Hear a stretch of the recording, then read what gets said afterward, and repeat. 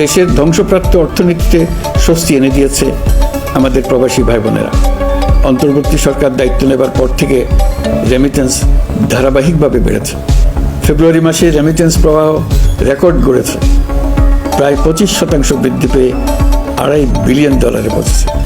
Remittance যোদ্ধারা আমাদের দেশের অর্থনীতি গড়ার বীর সৈনিক।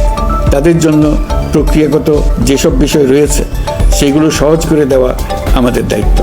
তারা যেন ভোগান্তির শিকার না হন, দূতাবাস যেন ঠিক মতো কাজ করে, এটি নিশ্চিত করার জন্য আমরা ব্যবস্থা নিয়েছি। আগামী নির্বাচনে যেন তাদের ভোটাধিকার দিতে পারি সেজন্য কাজ করছি। সম্প্রতি আমি সংযুক্ত আরব আমিরাতে গিয়েছিলাম। তারা বিগত সরকারের সময় আমাদের ভিসা বন্ধ করে দিয়েছিল। আমরা সেই দেশের ভিসার দরজা খোলার চেষ্টা চালিয়ে যাচ্ছি। তারা আশ্বাস দিয়েছে তাদের দিক থেকে সকল আনুষ্ঠানিকতা সম্পন্ন করে ভিসার দরজা উন্মুক্ত করবেন। আমি আশা করছি সেটা দ্রুতই উন্মুক্ত হবে।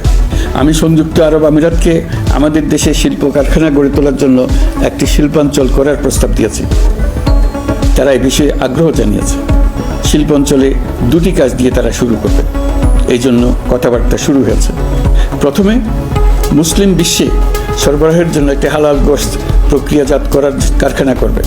এরপর মৎস্য প্রক্রিয়াজাতকরণের জন্য কারখানা স্থাপন করবে।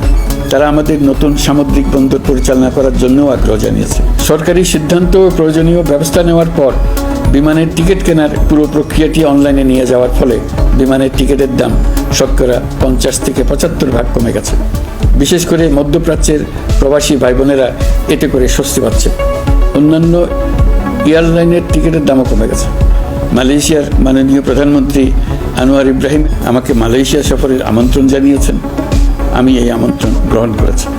মালয়েশিয়া রোহিঙ্গা সমস্যা সমাধানের জন্য জাতিসংঘের সম্মেলন আয়োজনের দায়িত্ব নিয়েছে।